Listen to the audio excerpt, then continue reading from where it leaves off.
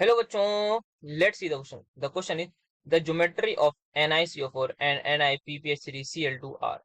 First of all, let's get understand the key concept that we have to discuss in this particular question. So key concept जो हमारा use होगा इस question में वो use होगा geometry of complexes.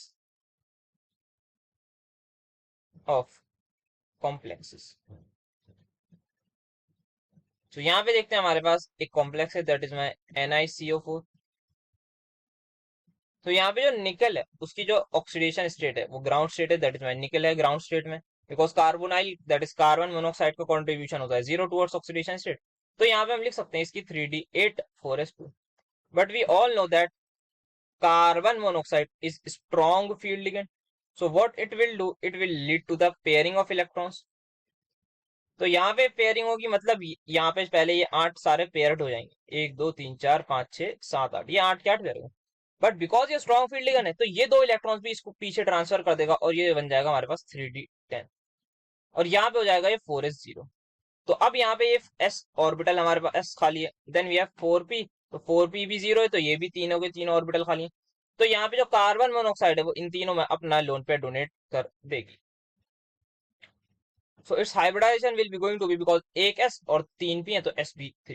And for sp3 we have the shape which is या फिर geometry tetrahedral.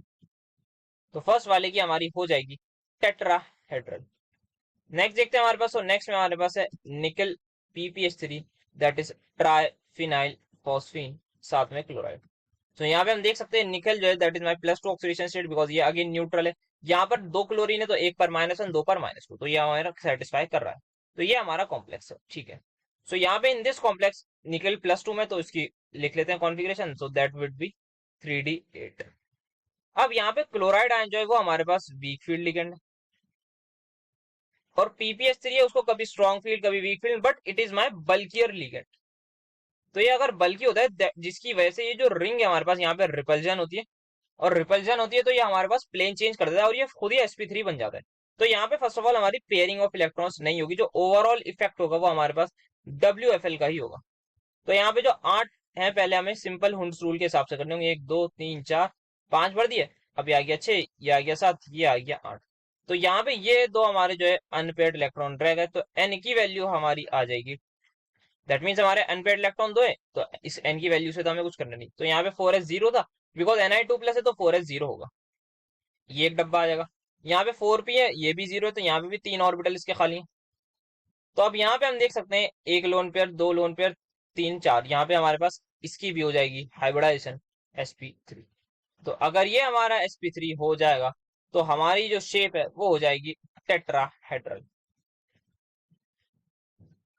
तो ये भी टेट्राहेड्रल ये भी टेट्राहेड्रल, मतलब बोथ टेट्राहेड्रल, मतलब दोनों tetrahedral. So the final answer is going to be my option number C. Hope you understood it well. Best of